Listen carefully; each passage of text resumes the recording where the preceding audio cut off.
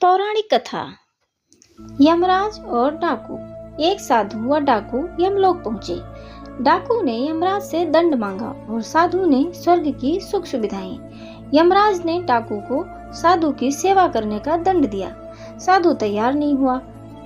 यम ने साधु से कहा, तुम्हारा तप अभी अधूरा है। मृत्यु के बाद एक साधु और एक डाकू साथ साथ यमराज के दरबार में पहुँचे। यमराज ने अपने बही खातों में देखा और दोनों से कहा, यदि तुम दोनों अपने बारे में कुछ कहना चाहते हो तो कह सकते हो। डाकू अत्यंत विनम्र शब्दों में बोला, महाराज, मैंने जीवन भर पाप कर्म किए हैं। मैं बहुत बड़ा अपराधी हूँ, अतः आप जो दंड मेरे लिए तय करेंगे मुझे स्वीकार होगा। डाकू के चुप होते ही साधु बोला, महाराज, मैंने आजीवन तपस्या और भक्ति की है। मैं कभी असत्य के मार्ग पर नहीं चला।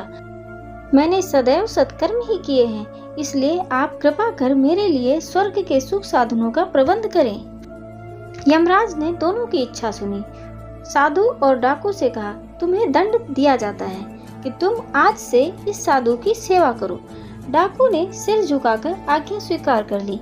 यमराज की यह आज्ञा सुनकर साधु ने आपत्ति करते हुए कहा, महाराज, इस पापी के स्पर्श से मैं अपवित्र हो जाऊंगा।